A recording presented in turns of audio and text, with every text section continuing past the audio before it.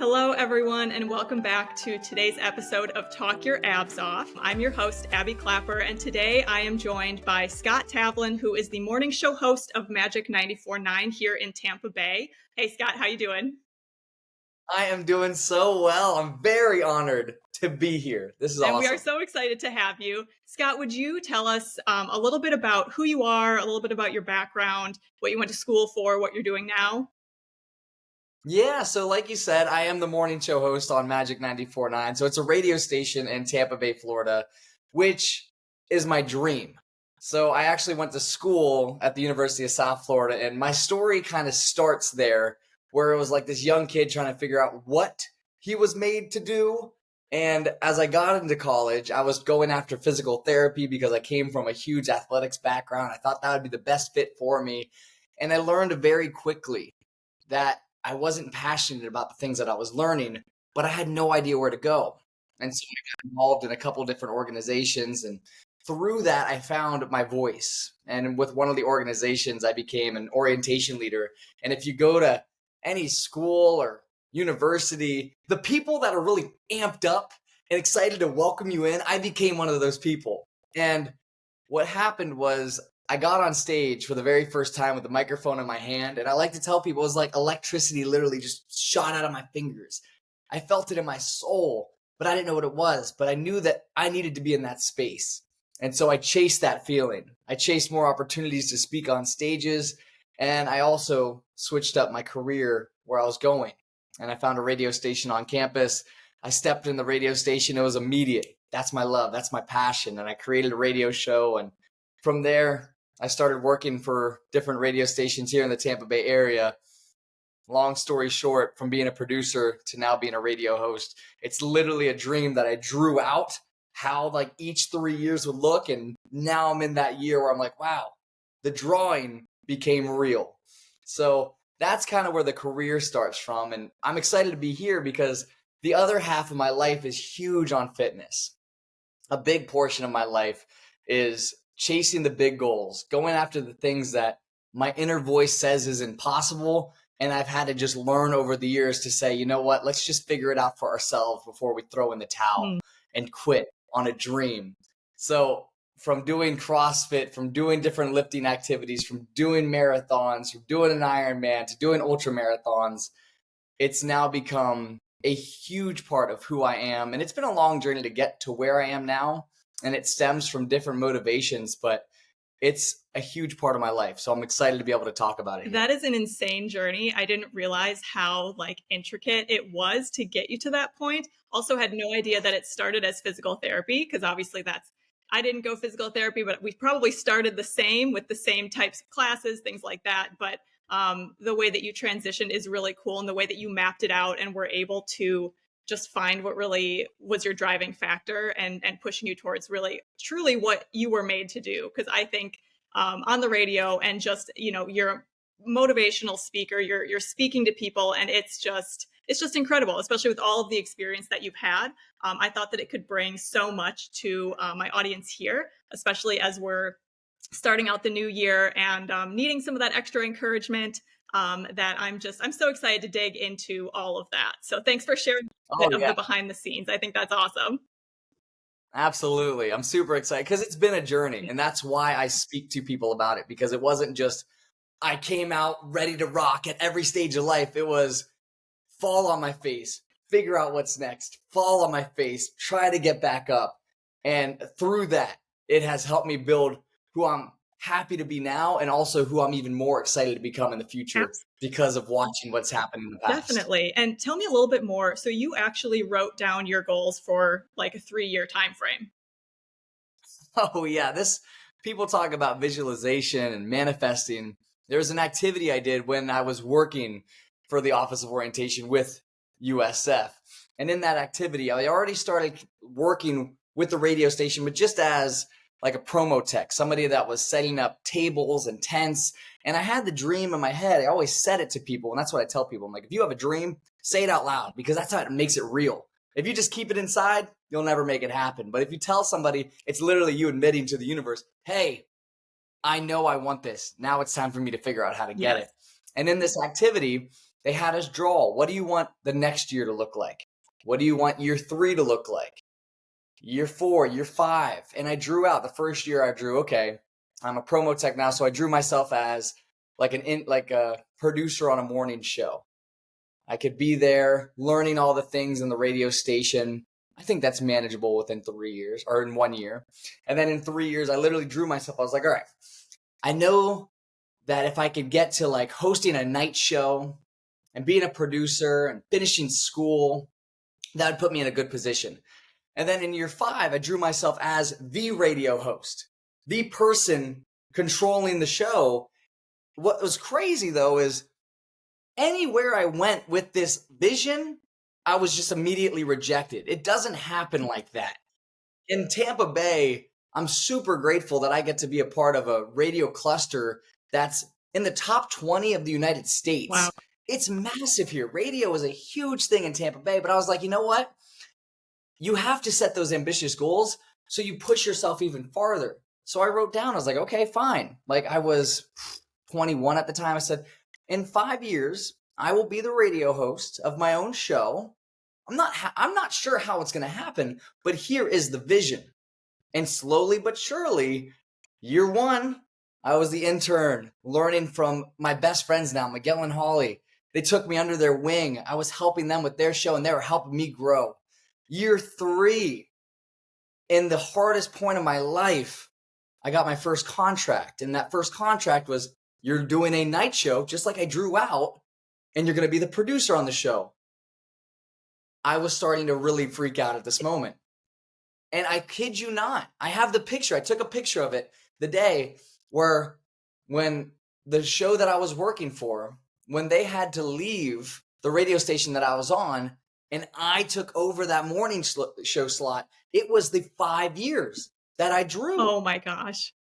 You have no idea how it's going to happen, but sometimes the first step is just saying, I'm going to make it happen. I will figure out the steps along the way, because what I had to realize is that your plan will change. That's okay. You know, we talk a lot about fitness here too, and we have to be okay with adapting to the situation.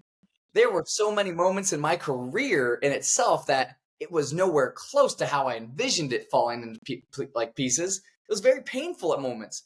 But in 5 years, the thing that I drew down as just a college student with a wild vision that nobody said was possible, I was like, well, just let's go ahead and see. There I was in the studio. I'm taking a picture of the paper and me as the host. And I'm like, 5 years later, here I That's am. incredible. And for me, that was just the evidence that you get this vision, you get this dream, you get this passion for a reason. It's not just something that's a coincidence. You don't have that voice in the back of your head that's saying, that idea would be cool. It's not just willy-nilly thoughts. That's literally purpose trying to get through to you to say, hey, you got this one shot, you got this one life. Go for it. See what happens and adapt along the way. It's going to be hard, but it is possible. And you just have to be willing to admit to yourself that it's possible. And that was the evidence that I needed to realize how far we could truly go. And I've done that in my career, and now I'm going after that with fitness. So that was the first example of drawing the goals. And now, I mean, I had to take it down because we're resetting this room, but I have papers of just goals upon goals, just listing out everything that I could see possible in life, from what I want my house to look like, what I want my cars to look like, what I want my savings, vacations, just allowing yourself to admit the dream. I feel like society, it puts a little box on us, like only dream so big or else you're crazy. What's wrong with being crazy? Everyone we look up to, they had the biggest goals and they were crazy in the beginning, but now they're living the goal. And now people are like, I love that person. Everyone we look up to. It's so true. And it's so amazing to see that by that visualization and acknowledging what you wanted your goals to be has led to where you are. And like you said, it goes in with fitness as well. So sometimes finding people's deep down goal takes a little bit of digging, right? So a lot of people come up and they're like, oh, I just want to look better. I want to lose weight. I want to be healthier. But it goes so much deeper than that. It goes into, I want to be able to do a race. I want to be able to lift up my kids, play with my kids in the backyard. And all of that takes time, like you said. Like it's a whole background trajectory. The Mm. other really cool thing I want to mention is I've been following you on social media since you were with Miguel and Holly way back, when you were interning with them. And it has been so incredible to watch you over your social media grow into these positions. Like it has just been, yeah, it's just been amazing. And I never thought that like I'd get to sit here like with you today and be able to talk about how that all came to fruition. So absolutely incredible. I really think that there is something to the visualization and writing down a plan. You know, a lot of people will write down their financial plans. They'll write down, some people do their career goals. You know, I have a business plan, but having a plan, like writing it down means so much, or having someone to be accountable to write it down or speak it out loud, like you said, to really acknowledge it and put it out there. And then you can make it happen because people know about it and you want to follow through. So I think that's a big part of it. That's like the secret sauce. I've told people this before, but if you follow me on social media, I always reveal the crazy thing that I'm going to do. And I do it, of course, to share my story, but also because it holds me Mm, accountable. If I say I'm going to do something for people that I'm trying to show, like, hey, what's possible, I have to follow through with it. right.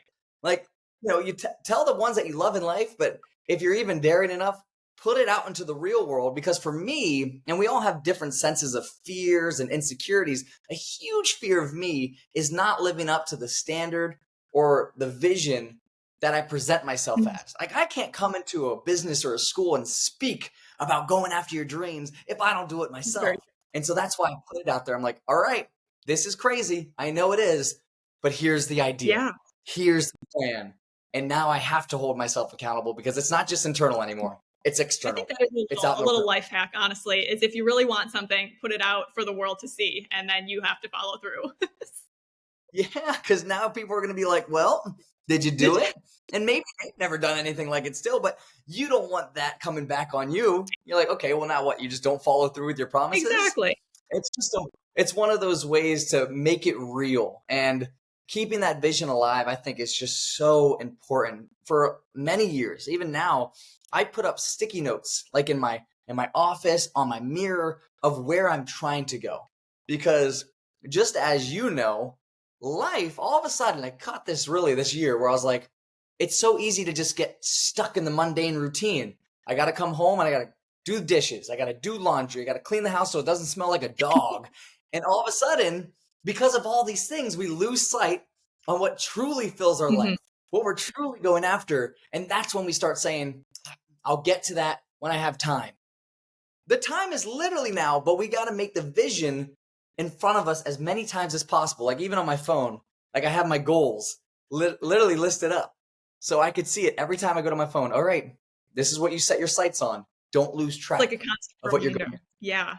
And I think that's why Exactly. people do like vision boards too. Like when people make vision boards, I was a big vision board maker until I travel for my job. I'm always out driving. So now I never see it. So I need to find different ways to do that. But when I was looking at a vision board, it was so awesome to be able to see everything that I wanted to accomplish for the year.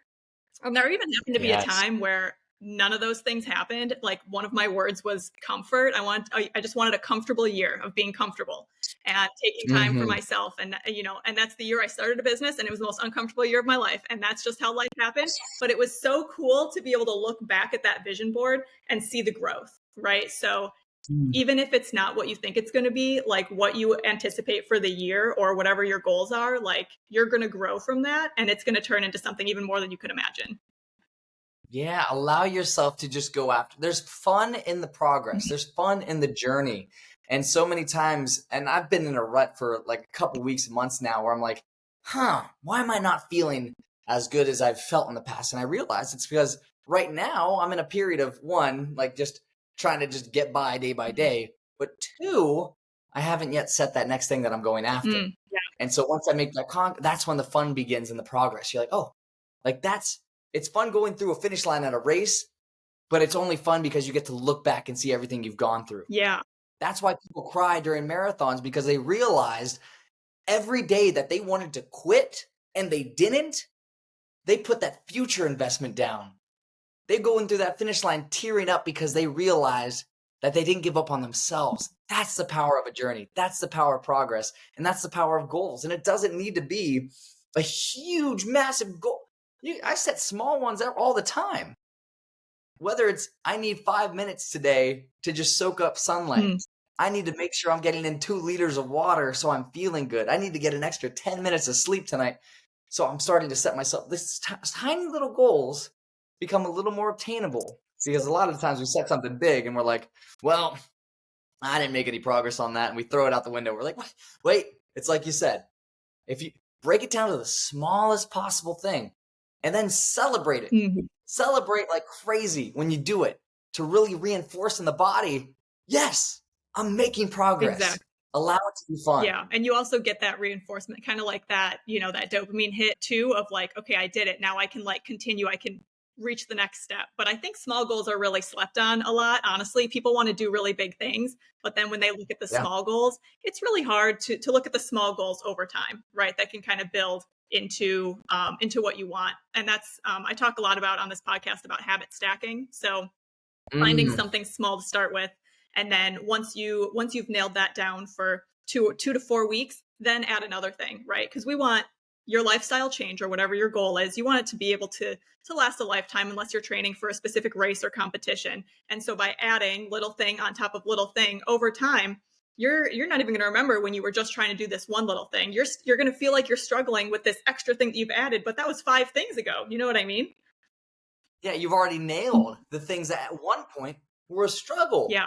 And you now have, I always go back to the evidence. You have the evidence of what you're able to do. I talk to so many of my friends and a lot of my followers, and I'm like, look, my biggest thing is create the evidence. So when you're going after something tough, and I already know, if you're listening to this right now, there's been a moment in your life that has felt like it was going to crush you. Like life wasn't letting up and you made it through it. That's your evidence that you could go literally through anything. Mm. You've already put yourself through such hard times and come out on the other end. You could build habits. You could accomplish a goal. Look at all the other things that you've done. And don't let that just be something that's like way in the background. Let that be the reminder of the strength that you have to overcome what's next. Absolutely. It's that reminder of, yes, you can.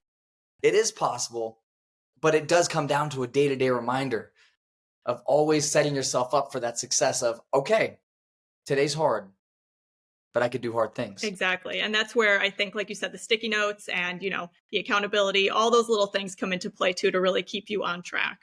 And I know, Mm. we have touched a little bit. We'll kind of dig into the fitness aspect a little bit too, because you have done some amazing things. And I want to talk about those because you've had some ups and downs with that as well. So Oh, yeah. most recently, the thing that I saw that you did was the Pinellas Trail Challenge, which was 46-mile race.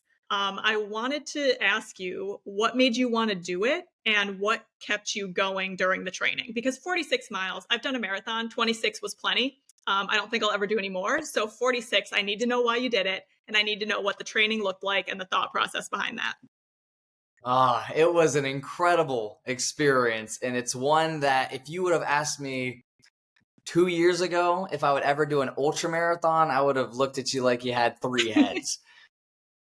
The reason I went after the 46 miler and why the next time we have a conversation, it'll be something even nuttier than that. For me, I had to learn that there is a level that we could get to that is beyond our circumstances right now. And so to take you back just a couple chapters, when I first got really into running, this is when my eyes really opened on how powerful it is and how far your body could go.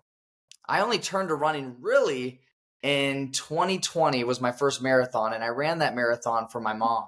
My mom passed away in 2020, and the only way I could get through those moments in time was by leaving the house and just allowing myself to escape for a little bit. I tell people I needed to put pain in my legs so I could escape the pain in my heart. I would take out and run for miles. And as I would run, I would just listen to different speakers and I'd listen to songs. And all of a sudden I realized that when people talk about going after a why, that there's something so deep and powerful about discovering what you're truly going after, but why you're doing it. And when I first started running, I wanted to do it in honor of my mom, to raise money for families, because it was right around the holidays. And I wanted to make sure that families didn't experience the pain of not having everyone around the table, because I knew I was going to have that pain. And it was so hard in that moment, but I knew that I had a moment right now that I could help take away that pain from people. So I started running, and I'd run and run. And I decided, you know what? It was COVID times, but I'm going to raise money for Metropolitan Ministries, an organization here in Tampa Bay. And I'm going to run a marathon on like Upper Tampa Bay Trail with my dad on a bike, my brother, my sister-in-law in the parking lot, my aunt on a bike. And I'm just going to go run 26 miles. I've never done anything close to that before. I've done a half with my dad, but to go after 26, I was like, this is going to hurt so bad. But if I could raise money to make sure families get together and eat for the holidays, it is worth every bit of the pain. And so I did. In December of 2020, I took off for the first time. And as painful as it was, I got to the finish line and I looked and I saw how much money we raised. And we raised near Wow. $10,000 to help feed families. And I was like, holy moly. And I share that video probably once a year as a reminder for myself and for others of, one, just how appreciative I am for people joining along my journey. But two, just the power of when you decide why you want something, nothing will get in your way. There's so many moments I wanted to quit, and I just thought of how many people are going to have a holiday dinner with, dad at the table, mom at the table. Kids are smiling and laughing because of that run. And it was from that moment I decided it's time to go all in on using, one, my platform. I've been so grateful to have a platform that I get to reach thousands of people on a day-to-day basis. It's time to use it for good. It's given me so much. What can I do for the community? And then two, how far could we go? And so the year after that, I just decided, okay, we're going to run every day of the year. We'll see if that's possible. So I started running every day, 365 days. And I was like, okay, that was possible.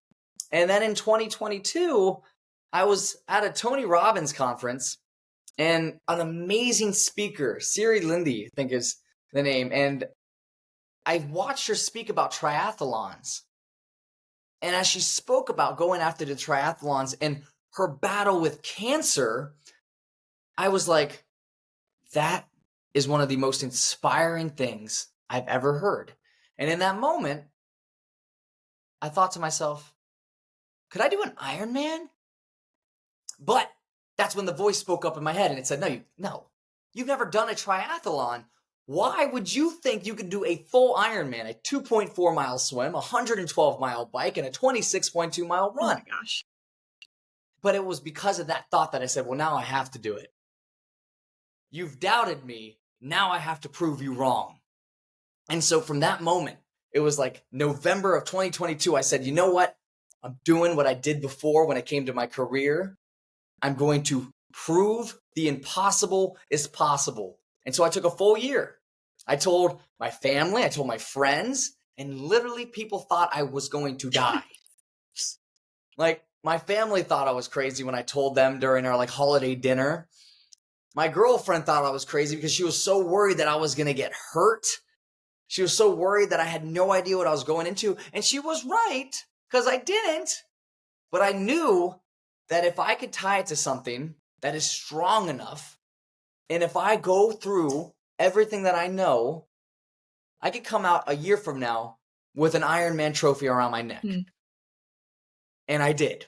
A full year later, I'm going through the finish line, hearing my name, Scott Tavlin, you're an Ironman. Tears out down my face, because again, it was a moment that I was like, the impossible has now become possible because I've decided it needed to happen. And the same thing, I raised money for Metropolitan Ministries as my way of making it more than myself.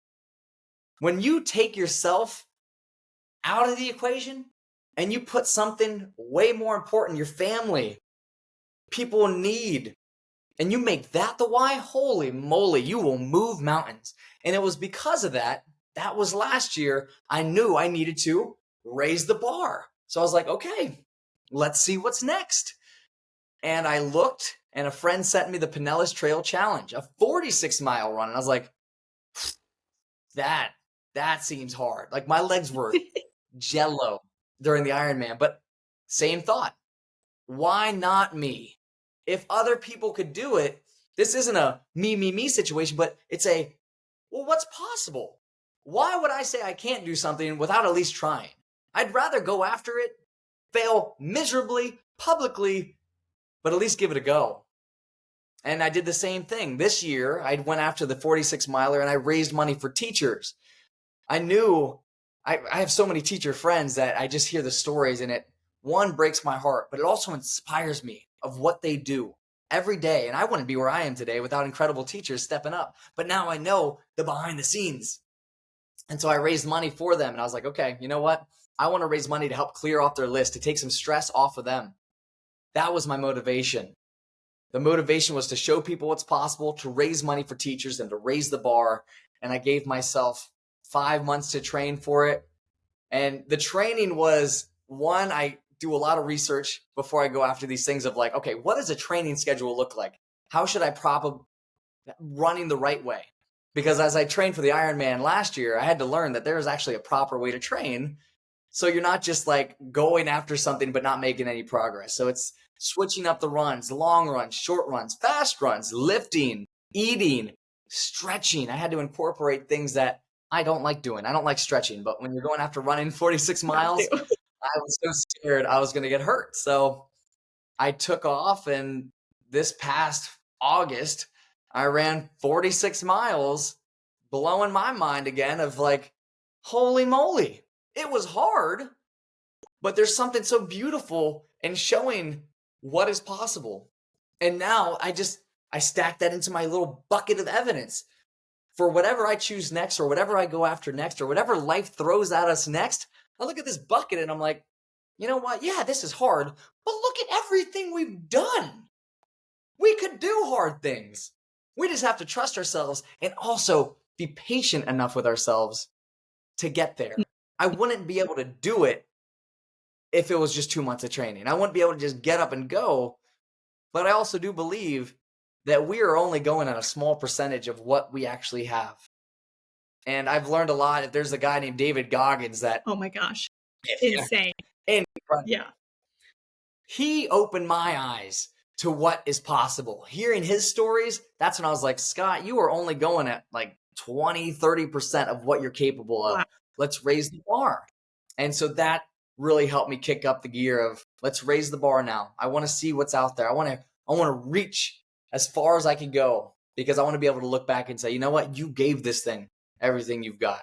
And you also helped a lot of people along the way. That is incredible. I really admire taking yourself out of the spotlight kind of for it too. I mean, a lot of people, myself included, sometimes I feel like I need to prove it to myself, like that I can do it. But you have built up over time enough belief. Yeah, I'm strong enough. I can do this. And you want to bring other people into that and support other people in the community, which I think is amazing. I also want to thank you for sharing the motivation behind kind of what got you started. I know just from watching you that your mom was such a huge part in everything that you do. And I think about that a lot. Your stories really do touch so many people, probably more than even tell you that they do. But when you post things, like the people who've been with you for a while, like we see the growth, we see, the things that happened in the past that brought you to where you are now. And I think that that's just absolutely amazing. I think that there's a lot of people that can really relate to you, and maybe are even looking for a way to, to kind of get out of some of that grief. And obviously grief, it's not, it doesn't go away instantly, and it's different for everybody, and everyone feels it differently, and how you can kind of cope with that. But I think the way that you coped with it was in a very healthy way, and you also used it to help other people around you, which is incredible. Well, I appreciate that. And I really do think that everyone has their own journey, especially when it comes to grief. And I knew that when that moment was happening in my life, I had an option. I had two roads that I could choose to go down. One was I give up on the dream career because I don't have my number one fan cheering for me anymore and listening to the show. I go and just leave everything behind and figure out what's next. Or I go down the path where I get to choose what's next. I make the decisions. And that's when life really started to open up in incredible ways that I never even imagined. That's when I got my first contract in radio. That's when I accomplished the marathon. That's when life really started becoming on my terms. And it's not always like that. I don't say these things because life is always just working and winning in my favor. But what it does do is it allows me, when life gets a little out of hand and a little out of control, it reminds me that, wait, take a breath. You're back in the driver's seat. Take back control.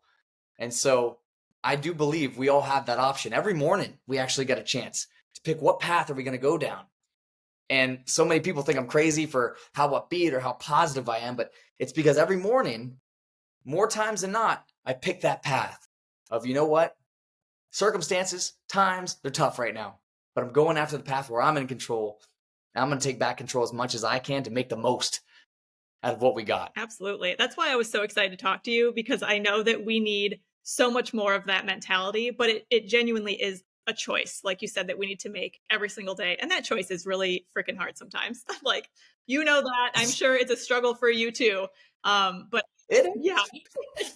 But when you continuously can choose it time and time again, you reap those benefits and you see how things like can really, work out more so in your favors, and I'm sure things haven't always worked out in your favor as well. So it's keeping that positive mindset, which is, and I'll let you drop your socials at the end of this show, but if people aren't following you yet, like they really should, because seeing like you pop up every day, every couple days, and it's just like encouraging message after encouraging message, and it's a bright spot in the very sad social media world that we live in right now of just, well, we're just doom scrolling. And so finding those happy messages is just so helpful.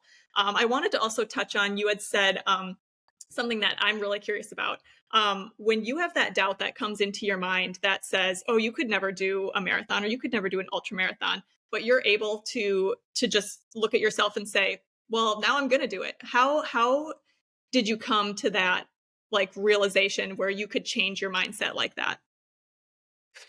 It's a tough one.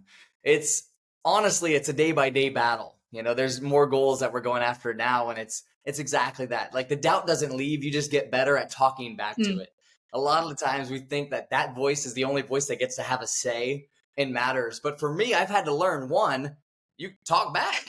When that doubt comes back, I literally will speak it out loud, be like, "Okay, like try me." But it's also, it goes down to breaking it down into those chunks of, when I first thought I could do an Ironman, for example. And then that voice spoke up and it said, you've never done a triathlon. You've never really swam laps in a pool like that before. And it's true. I could swim, but I wasn't a swimmer. What I need to do is allow myself to break it down. And so I did. The first day I went out to swim, I was so nervous. I took a video about this because I wanted to just be as open as possible that, this journey is going to be tough.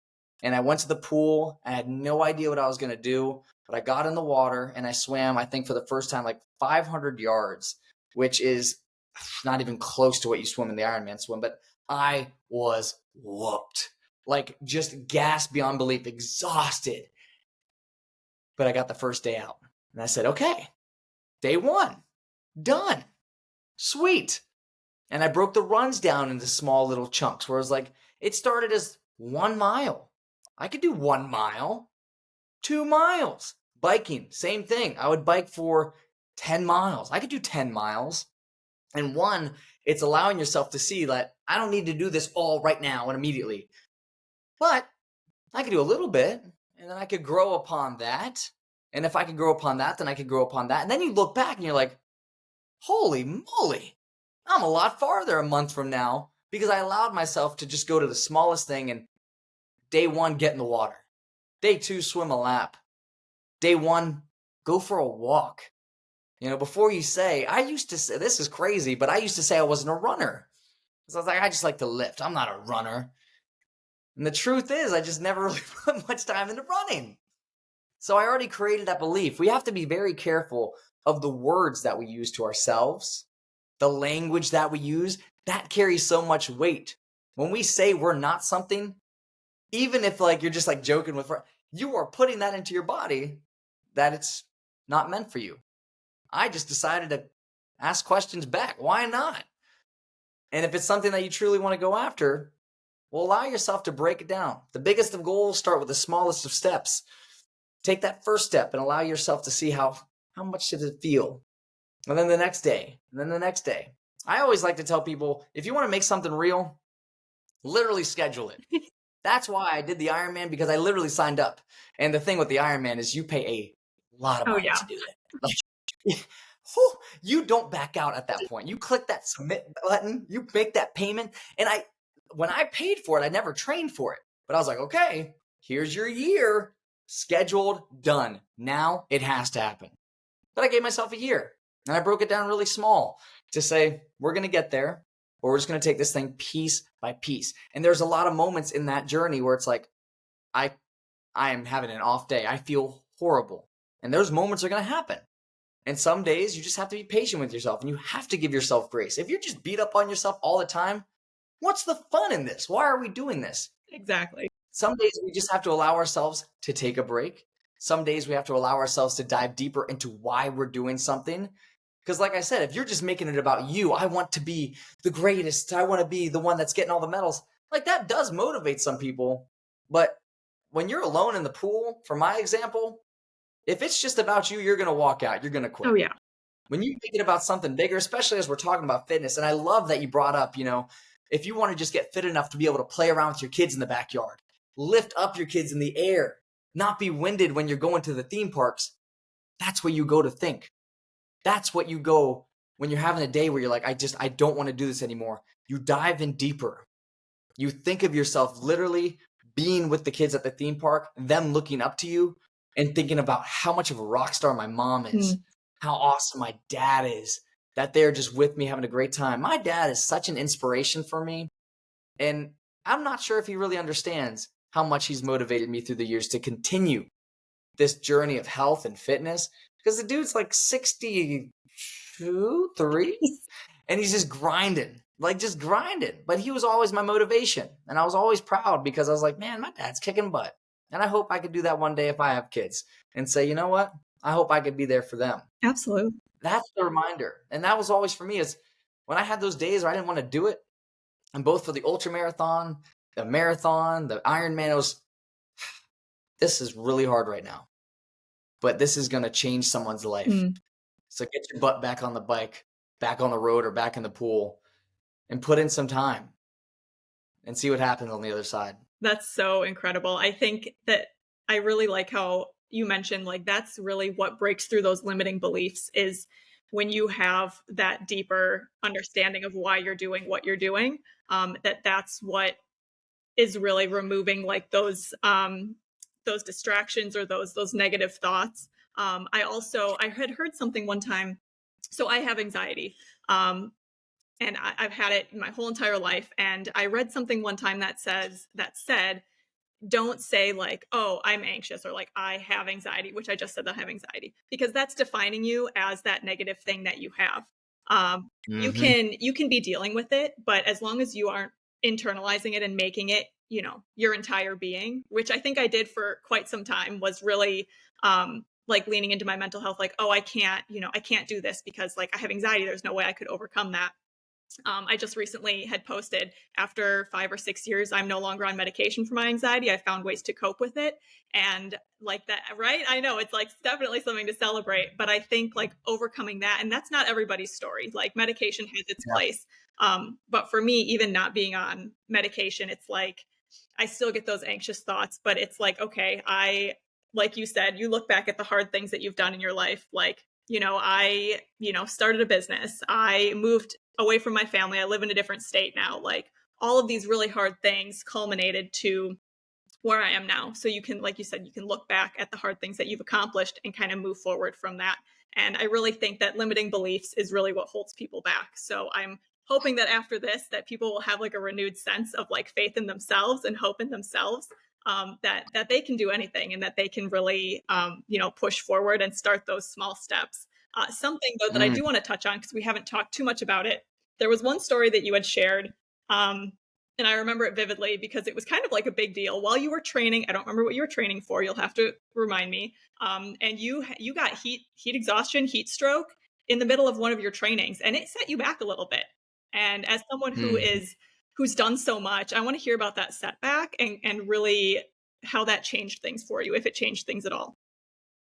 Yeah, one of the scariest moments in this training journey that is a constant reminder now. But I was training for the Ironman, and I was probably half the year in. So at that point, I got pretty confident in my abilities. I could run pretty far. I was feeling pretty strong. And I took me growing up in Florida for Mm. granted. I was like, I've been here my entire life. I can handle heat. And I would tell myself, I love running in the heat. It's something that I just gained so much excitement out of. It's a whole moment where I'm connected. But throughout a journey, there's going to be moments that reality will slap you in the face. And I played it I got too big for my britches. So how it all set up is it was August and I was traveling back. I just got done with a hosting gig across the country. So I flew a red eye back home and I was in the middle of training. So once I got home, I went to sleep and woke up and I was like, well, before we get on with the rest of our day, I do need to get a training in. But I want to run what we have over here is the Courtney Causeway. It's a big old bridge. And I was like, oh, that'd be great. I want to run in the sun. It's hot. Let me feel it. But I went out there with just this bottle actually, and I had like one little scoop of electrolytes in it. And I was like, it's fine. What is it? It was like a 10 to 12 mile Oh run. gosh. For me at that moment, I was like, I could bust that out easy. What I didn't realize is when you don't set yourself up for success, how are you going to have success? I didn't sleep properly. I didn't eat properly. I didn't hydrate properly. But I went out and I started running.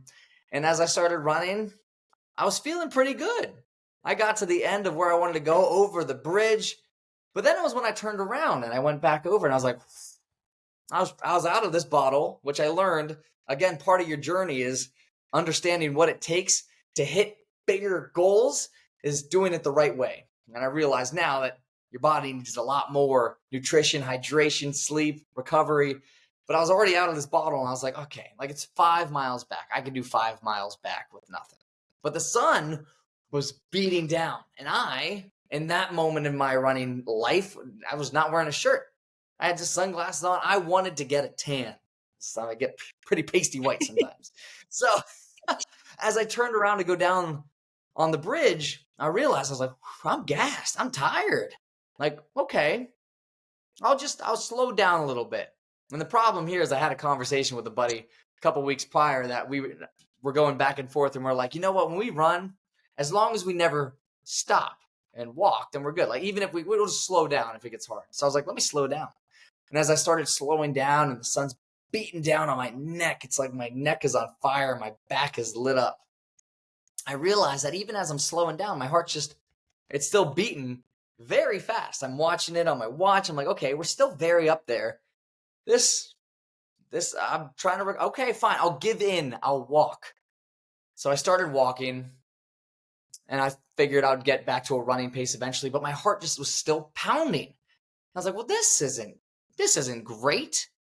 What was happening though is in that moment we were so hot in Tampa Bay that even the water in the Gulf was hot. So my first thought was I could go in the water and cool off. And I was like, wait, never mind. That's like a hot tub there. Let me keep going. I was like, it can't be that much further. I was so stubborn in that moment though. There were people having weddings on the causeway that I could have stopped, asked for water, but I was like, no, I have to keep going. So I'd run and walk until I couldn't run anymore. And then all of a sudden I was like, well, now I'm starting to, it's like you get sweat in your eyes. I couldn't get the sweat out of my eyes because it wasn't sweat. I was just seeing blurry. I was like, okay.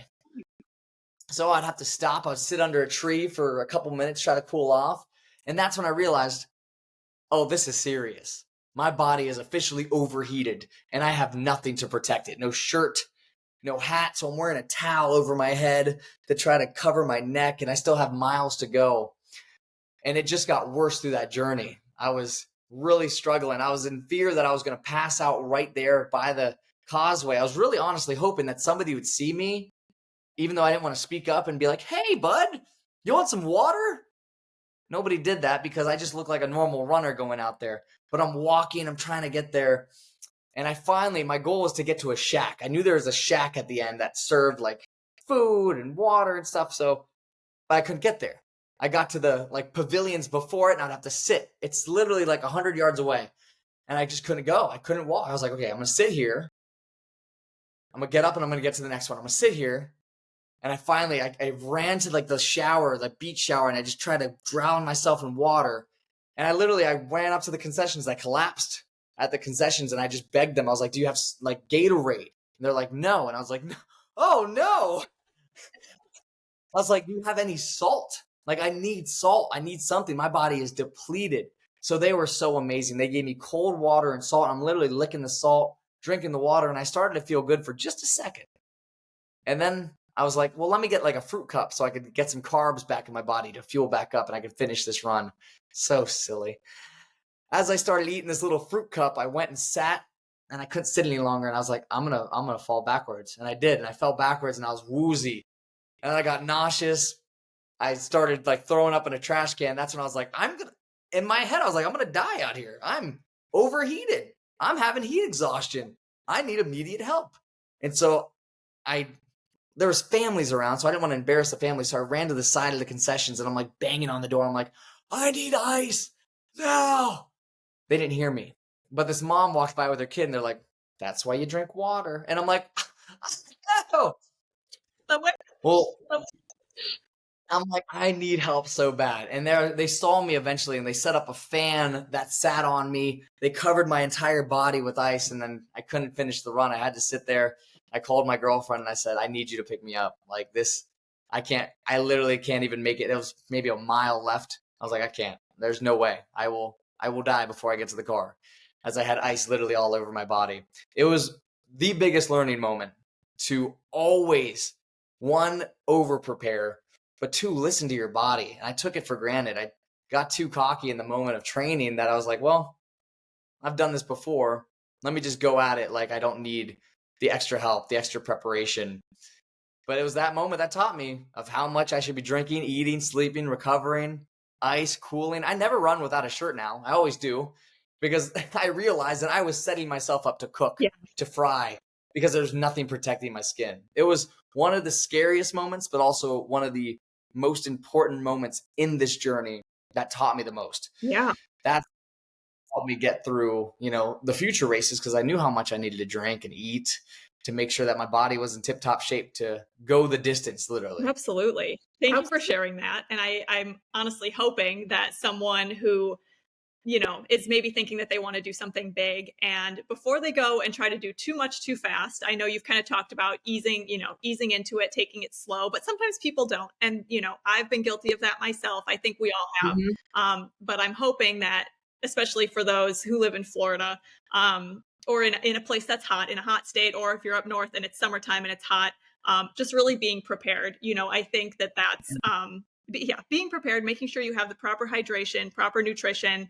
I remember when I was training for my marathon, I had like these like chews, these like sodium chews, and like you're carrying all these things of water and you feel like a pack mule, but it's all for a reason.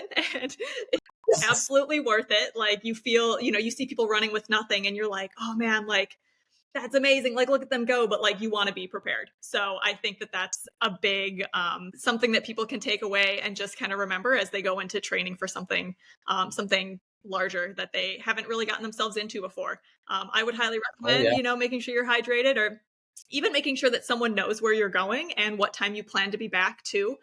If we're going to talk about fitness safety, like that's a huge thing as well. Just like if you're not back by the time, anything can happen, whether it's, heat exhaustion or there's a bunch of crazy people out there. So just having someone sharing your location or just having, someone to keep tabs on you. And I think that's, yeah. Thank you for sharing that. That's, I'm sorry that happened to you, but you also learned so much from it, which I think is fantastic.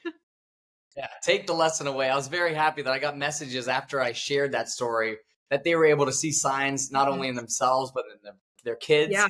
of the heat exhaustion starting to build, so you could take that immediate action because it was terrifying. And if I would have pushed it any further, I wouldn't have been in the car with my girlfriend. I would have been in an ambulance going to a hospital. Absolutely. So, and I give you props for wanting to run outside. I did a running episode a little while back where I said I moved to Florida. I never want to run outside unless it's like 5 a.m., which I'm not going to do, or 7 p.m., which I'm also not going to do. So me and the treadmills, we get along really well unless it's like winter Oh, yeah. in Florida. Yeah, nothing wrong with a treadmill. I love it too now. And winter in Florida, when it gets into the 60s, I can bear it. But those summer days, Yes. running in August, that is, I give you big props. That's something that I don't think I could ever bring myself to do. I won't be doing much of it Right, anymore. right, right. So one of the other things that I think is really important that I'm actually, this is the part that I'm most excited, the question I'm most excited to ask you. So it's January 1st. Someone has just set their lofty New Year's resolutions or a new goal for their health and wellness journey. I want to know what your biggest piece of advice for them is. This is such a good one because we all do it. We all set out to go after goals for the new year, and we just start writing down things that, for a majority of us, actually don't mean anything for us. So there's a couple things that really help when it goes to going after a goal. And one is picking something that actually aligns with you. If you don't have a purpose for going after it, what makes you think that you're going to go through with making it happen?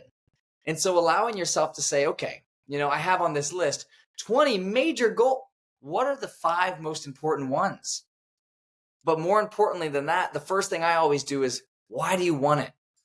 Why do you want to, in this case, let's say, either be more active, healthier, be fitter? Like, what are you truly going after that for? Because if you don't have a clear why on why it's important, then it's going to be easy the first day, but it's going to be really hard on the 3rd week and the 2nd month to keep it going because you don't know why you're actually doing it. But once you figure out the why, look at the goals and get super specific on what you're going after. I shared with you how I drew out my vision, and it was super specific on what I was doing. I literally drew me with headphones on talking into a microphone because I needed to be that specific on what I was going after.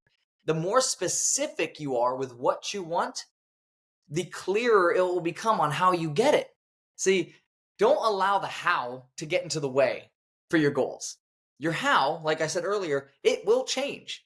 Whether it's going after a fitness goal, you could do Pilates, yoga, lifting, running. Like, there's so many options. Don't worry about the how. You'll figure out the how that means something to you, but get specific on what you want. I always like to tell this to friends too, when they're like, I want to be more in shape. And I'm like, what does that mean? I'm like, do you want to be stronger? Do you want to be slimmer? Do you want to be faster? Like, what are you going after when it comes to being? And sometimes it's, I want to feel my best. Well, what does feeling your best mean? I want to be able to touch my toes. Perfect. We have something that we could go after now. We have a clear vision that you want to touch your toes. We could start working toward that. I want to lose weight. That's a huge goal. How much? By what time frame? And why? Now you know, okay, I want to lose, 8 pounds would be great. What's your timeline? I want to lose 8 pounds in 3 months. Very doable. Because in 3 months, you're going to look back and say, oh, okay, I did that. Because it doesn't become, I need to lose 8 pounds tomorrow. It becomes, I need to, 1, work out today. And I could have a goal of losing 1 pound a week. That's doable. If I could take it in those small little chunks, now I have something I could go down. Now I could write down my progress. And that's what I said earlier. The progress is the fun. When you're able to look at your goal and how specific it is and see how much closer you are to it, that's the fire that keeps you going. We let go of our goals, especially in a new year. 1, because we have no idea why we're doing them. We're like, well, I don't know. It seems good. Everyone else is trying to eat healthier, so I'll eat healthier. But it's like, well, why are you doing it? And what are you going after? Like, for me, it was always, okay. And like last year, I want to run 46 miles. That is the goal. That's specific. It was on August 31st. All right, I have a time frame. I have this much time to do it. This is how far I'm going. I could break that down now. Where this week, I'm not running 46 miles in a day, but I'm running 7. Okay, I can run 7. Next week, I'll do 9. Okay, breaking it down. That's the biggest thing. Making the vision of what you're going after, but don't just do the most popular ones that you see. Get specific on what is more important to you. If it's, I want to do a 5K with my kids, set the date to make it real, then have the plan and track the progress. If you check in with yourself, the more you check in, the faster you'll get to it. I promise you that. But if you check in once a week and celebrate every time you see that progress, you will accomplish incredible things. Incredible.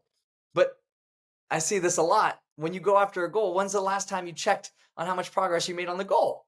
We set a goal on January 1st. Have you looked at it in the past year? Make it real. Make it specific. And then track the progress. That will change your life. I think that's really good advice for people who are just starting their New Year's resolutions today and kind of moving forward. A lot of times in the fitness industry, we see after the first month a ton of drop off.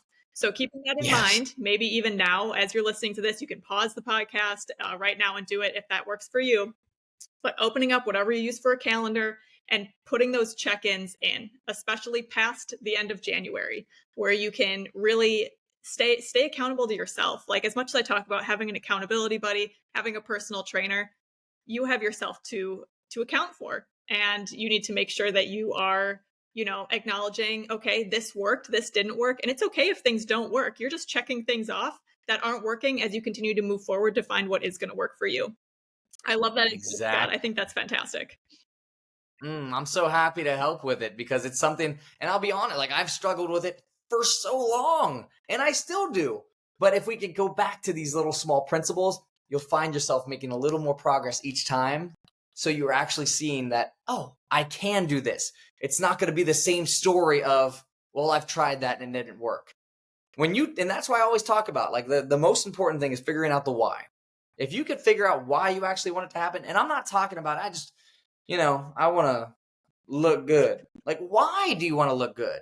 For who? And what will that mean? Because it's okay to want to look good, but is it because you want to re-spark the connection with you and your partner? And you want every Friday night to be spicy, raunchy. You can't wait to take off and be with one another. If that's what gives you the confidence, then draw that out. That's the feeling that you're going after, because that strikes the emotion. We want the emotion involved. Every story that I've shared here today, and I'm so grateful that you gave me the time to do so, everything had emotion tied to it. From my first marathon to my last 46-mile run, it had emotion, deep emotion that when I'm doing it, I'm in tears because I realized that it's not just for me. It's for the bigger picture here. It's for someone else. It's showing myself that it's possible. Tie that emotion to it. Don't just let this be another year where you have a goal that you do one check-in and that's January 1st. Let this be something that changes your life because it changes the way that you feel. You never want to go back to what you were because now you just love how far you've come. And when you have that emotion tied to it, that's what's going to get you on month 3 to say, you know what? Yeah, it's hard. Of course it's hard. Change is hard. But I'm going to keep going because I know what's on the other side of this. Visualize it. Make it real. And my last point is really sit and picture what it's like once it's done. Really visualize it. I used to look like a crazy person in the gym on a treadmill running because I would be bawling my eyes out. Because I would be, in my mind, I was running the Ironman. In my mind, I was literally going through the finish line. I'm seeing the fans up and down on the sidewalk cheering. I made it so real so I could actually trick my brain into seeing that it's actually possible. It was going after the impossible, making it possible and feeling what it feels like. So do that. Whatever the goal is, really, like not seeing yourself doing it, putting yourself in the driver's seat and doing it. When it's you, if it's you and the kids, playing with the kids, not being exhausted, having the spiciest love life with your partner, see it. Make that emotion real. It will tie your body to what you're going after to make it nearly impossible to give up because you know what falls on the other side of it. Amazing. Scott, we're gonna wrap on that note because all of this, like, I feel like all of the emotions right now, like I agree with you that like once you put that emotion into it, and I think a lot of times I'll say when people hit rock bottom, they're ready to make a change. It doesn't always need to be rock bottom. People could be at their height too and ready to take on new goals too, but acknowledging kind of those feelings and moving forward with that. Oh my gosh. Thank you so much, Scott. I'm so excited for everyone moving forward this year after hearing like the biggest hype talk of like the century. So if anyone isn't going to move forward this year and like keep all of this in mind, I think that they are going to be so successful. And the one thing that I do want to end on, and it's a little part of the show. It's kind of fun, and it's something. It's called absolution. So a lot of times in the fitness industry, people feel guilty or ashamed of a variety of things because the fitness industry can be somewhat toxic. So I want to hear what you think this year we should absolve ourselves of in the fitness industry and with like toxic fitness culture. I want to hear what you think. Oh, that is such a good one. The first one that comes to my mind is that one, abs are required to be fit. As we talk about abs, and that's in the title of this, I will just be completely transparent. I think I've had like visible abs in my life, like maybe for 1 month out of my entire lifetime. Like even now, as I'm, able to run 46 miles and go in after even bigger goals, I don't have that six pack that we all are aspiring to go after in the fitness world. It's not needed to be fit. It's cool to have, not required to have. It's also really stinking hard and a lot of miserable getting it. So it's not required. I think that is one of the things that going into this year, don't make that the visual that you're going after. Go after the feeling more about being in shape and doing really cool things with that healthy body. Yeah. If you're just constantly worrying about getting abs, like trust me, I've 28 years into this fitness, we're like, it doesn't need to be the requirement And to look at yourself. it also does not reflect health, right? Just because you can see Yeah. abdominal muscles does not mean someone is healthy. It just means No. that they might have a very low body fat percentage. They might have really good genetics. I'll also say I cannot see my abs either. But we live a healthy lifestyle, and you Yes. don't need to see the abs. All right, keep going. I feel like you have more. I feel like that you said that was one, so I'm ready for more. Okay, good. My other one, and this is one that I had to eliminate from my mind, is that sleep is for the weak. Sleep, just you could do any bit of research on it. And it's something as a morning show radio host, I have neglected for years. But when you see how detrimental it is for your health to not get the proper amount of sleep because you're trying to fit in more time for work, you're trying to do more activities with friends, like you are stripping yourself from whatever you're going after. It could be anything. You're doing more hours at work and you're cutting away from sleep. Well, now you're not as good at work because you don't have as much sleep. You want to get that healthy, in shape body. I talk to my friend about this all the time. I'm like, if you don't give your body the time to recover, we'll be at the gym all day. It's true. And I know you have a vision of what you want to see, but you won't see it because your body is literally not getting the time to heal. It's not getting that resting factor. And it's something I've had to eliminate because I used to have that mindset. Sleep is for the weak. I'll sleep when I'm dead. And it's one of the dumbest things we could say because look at any research. They've shown it now that when you sleep, it gives your mind time to heal, your body time to heal. You will lose fat. You will gain muscle. You will feel better. Brain fog's gone. Like everything falls in line when you properly sleep. That one's huge. Yes, I completely agree. I've had a couple other people touch on the sleep aspect as well. When you sleep, it helps your body recover. Like you said, build more muscle. I think that's fantastic.